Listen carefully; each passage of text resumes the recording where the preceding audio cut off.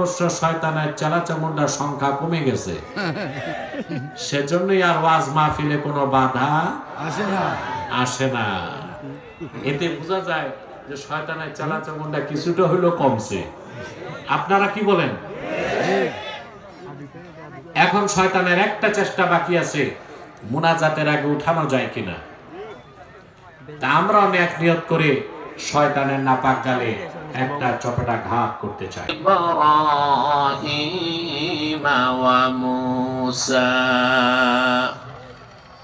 আল্লাহ তাআলা বলেন, কদ আফলাহা মান তাযাক্কা, নিশ্চয় সফলতা লাভ করলো সেই যে তার হৃদয়কে পবিত্র করলো।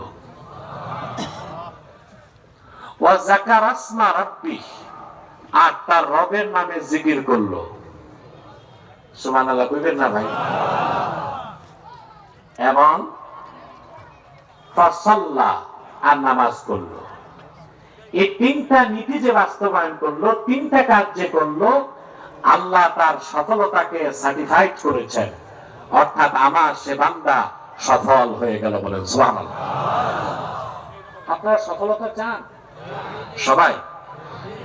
কৃষক ব্যবসায় সফলতা চায়, ফলন বেশি ফললে কৃষক মনে করে বাম্পার ফলন, সফল কৃষিজীবী।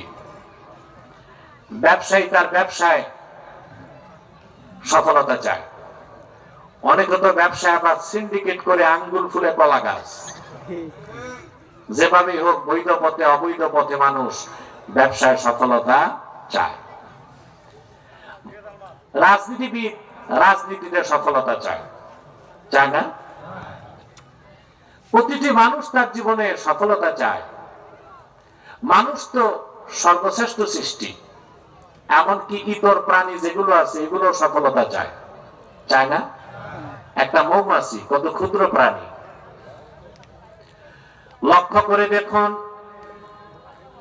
মৌমাছি আল্লাহর হুকুমে বাহারি ফুল থেকে মধু সঞ্চয় করে মৌচাকের মধ্যে মানুষের জন্য উত্তম খাদ্য মধু সঞ্চয় করে দেয়। এই কাজে সে সফল হয়। দুনিয়ার সমস্ত রসায়নবিদকে এক জায়গায় এনে দিলেও ফ্যাক্টরিতে এক ফোঁটা মধু বানাতে তো পারবে না। মৌমাছি তার কাছে সফল। বাবুই পাখি তাল গাছে ঘর বানায়, দেখছেন? আপনাদের দেশে বাবুই পাখি নাই?